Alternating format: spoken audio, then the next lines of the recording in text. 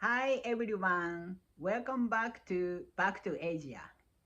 Today we like to talk about why we are leaving Pennsylvania to Bangkok.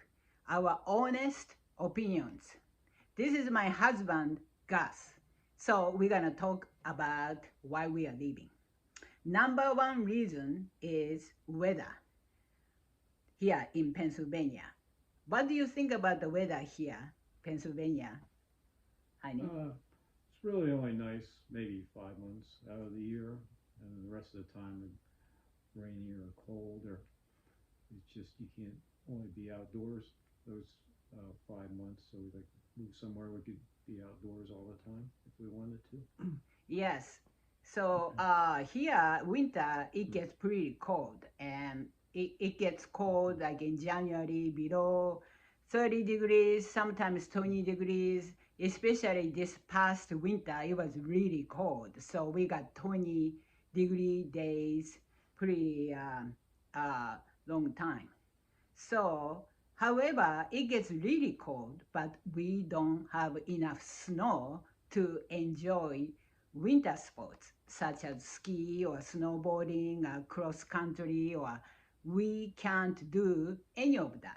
So, what's the point of having a cold weather when you get stuck in a house? And besides, there are no places to go around here. Only place we can go is probably gym. There are many gyms around here, so people go gym and also shopping. So that and but we can't go hiking because it's so cold or parks or anything like that. So we get stuck about 6 months a year in a building. So that's a number one reason, weather. And number two reason is healthcare. What do you think about healthcare here?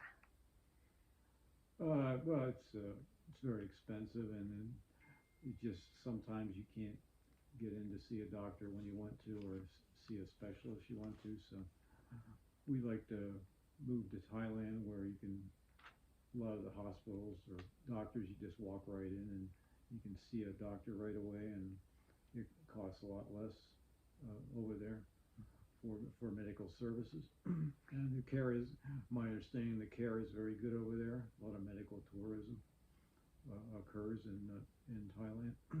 Yes, yes. When we've been living here for this part of area, Pennsylvania, is about 15 years.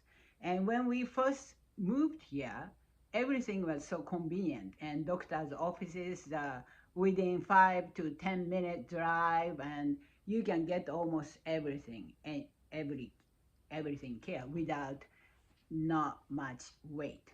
However, recently, this particular township here is one of the fast growing township in population. So for some reason, a lot of people move here. So because of that, everywhere we go, shopping or hospitals, doctors' offices, so many people waiting. Sometimes you can't even get a parking spot. And last week I went my teeth cleaning to a dentist. And it used to be, well, insurance pay for twice a year. And then I got my cleaning done, and then usually make appointment for the next appointment 6 months away. However, they said that 9 months out. So it's almost like once a year. Even insurance pay for it, you can't get service. Or blood service used to be when you get drawn your blood, you can just walk right in and they draw your blood. Now you need appointment, and even appointment you can't get appointment right away. It's like months away. So I don't know what's going on, but it's and then doctor so long wait, like sometimes 1 hour wait. Then doctor see you couple minutes and then leave. So healthcare has become like this lately, even worse. So do you agree, honey? Yeah, a lot of times, yeah.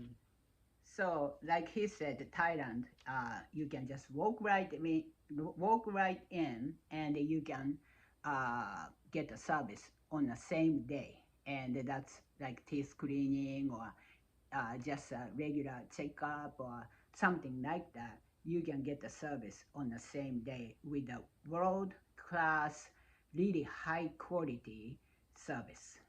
So that's yeah, second reason. And third reason is infrastructure.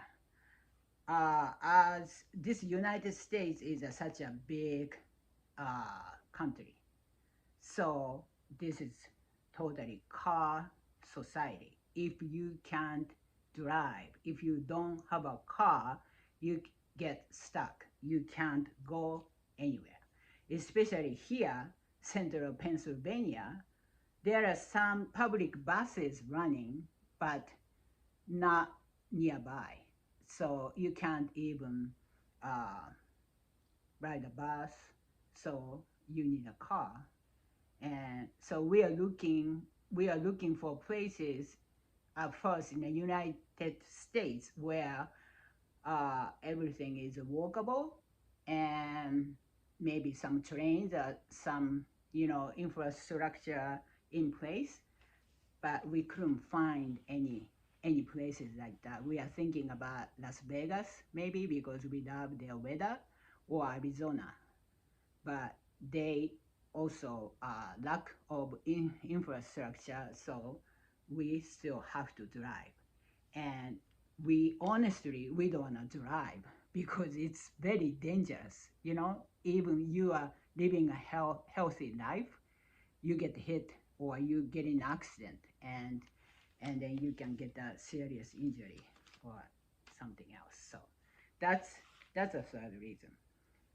So next reason is crime, right? You Yeah. see that on TV, Mm-hmm. a lot of shootings. The things, the shooting news you see on TV is just tip of iceberg. There are shootings, so many of them every day. It it's it's been happening everywhere, in church, in school, uh, grocery store, parking lot, uh, gym, Yeah. and you name it, Yeah. everywhere, Malls. malls and everywhere. So you don't know, all of a sudden something like that happens. And sadly, we just live by a grade school, and they have to go through active shooting drill. And little small children, they don't understand what the shooting and why someone tried to shoot you. They don't understand that, but they have to go through all this training.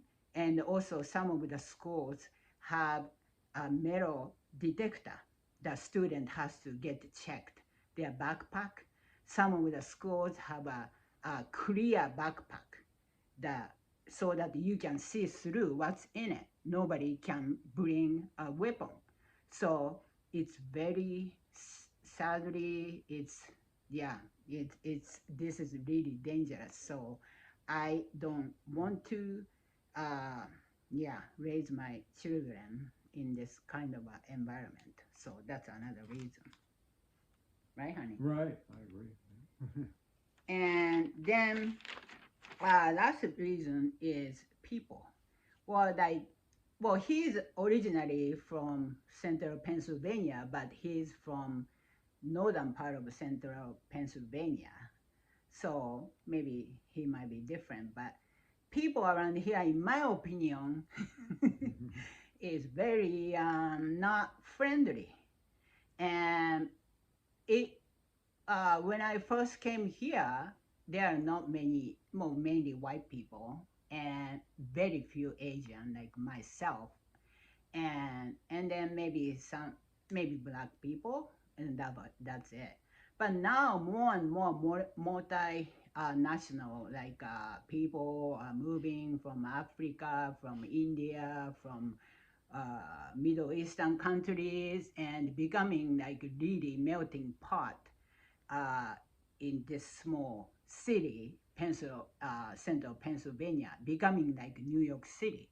So you will think that we can just learn from each other, different culture, and then broaden our horizon. However, it's not like that.